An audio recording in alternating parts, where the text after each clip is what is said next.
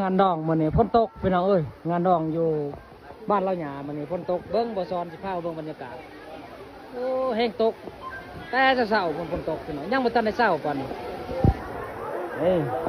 ทีมงานบ้านน้องจั่วเนาะนี่เนาะแต่ทีมงานผู้สาวบ้านน้องจั่วเด้อนี่เด้อโอ้สาวบ้านน้องจั่วไม่จะบูมงามเว้ย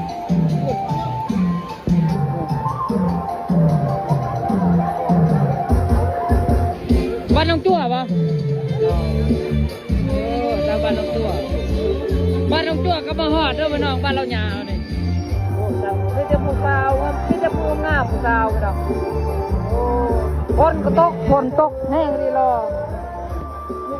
ตอนนี้ก็กำลังแห่ไผ่มาเนาะพี่น้องเนาะฝนก็ตกเลยฝนโอ้พี่น้องเอ้ยกำลังแห่มาพี่น้องฝนก็ตกโอ้เห็น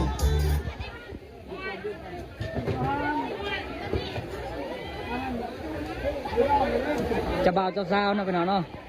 บ้านลักหยาโอ้ฝนตกพี่น้องเอ้ย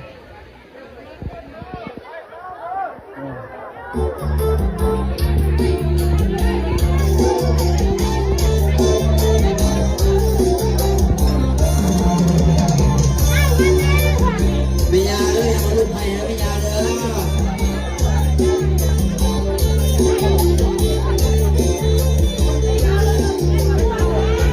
ฝนก็ตกเลยพี่น้องมาเนี่ยโอ้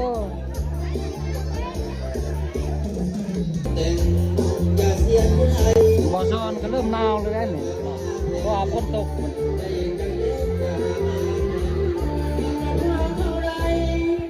ลุ้นให้กันเดี๋ยวไม่เท่าเดิมแค่สมกันแค่เนื้อบ้านน้องจั่วเนาะ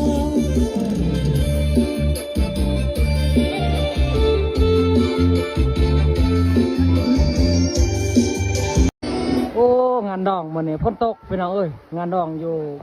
บ้านเราหยามันนี่ฝนตกเบิ้งบ่ซอนสิพาเบิ้งบรรยากาศโอ้แห้งตก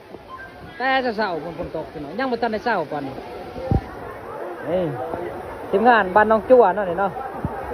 แต่ทีมงานผู้สาวบ้านน้องจั่วเด้อนี่เด้อโอ้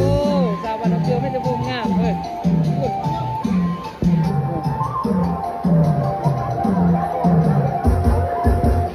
บ้านน้องจั่วปะโอ้สาวบ้านน้องจั่วบ้านน้องจั่วก็มาฮอดเด้อพี่น้องบ้านเราหยาเนี่ย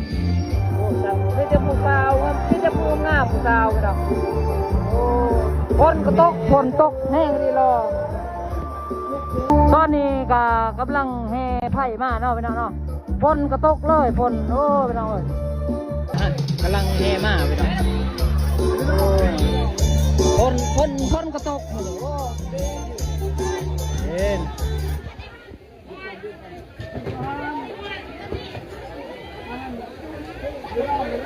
จะบ่าวเจ้าสาวนะพี่น้องเนาะบ้านลักหยาโอ้ฝนตกพี่น้องเอ้ย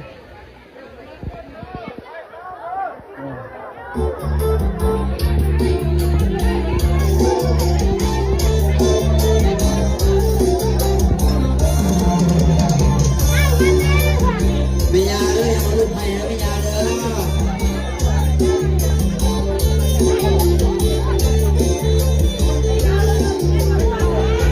ฝนก็ตกเลยพี่น้องมาเนี่ยโอ้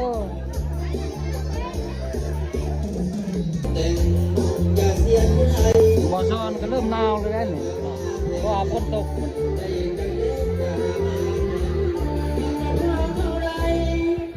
ลุ้นให้กันเดี๋ยวไม่เท่าเดิมแค่สมกันแค่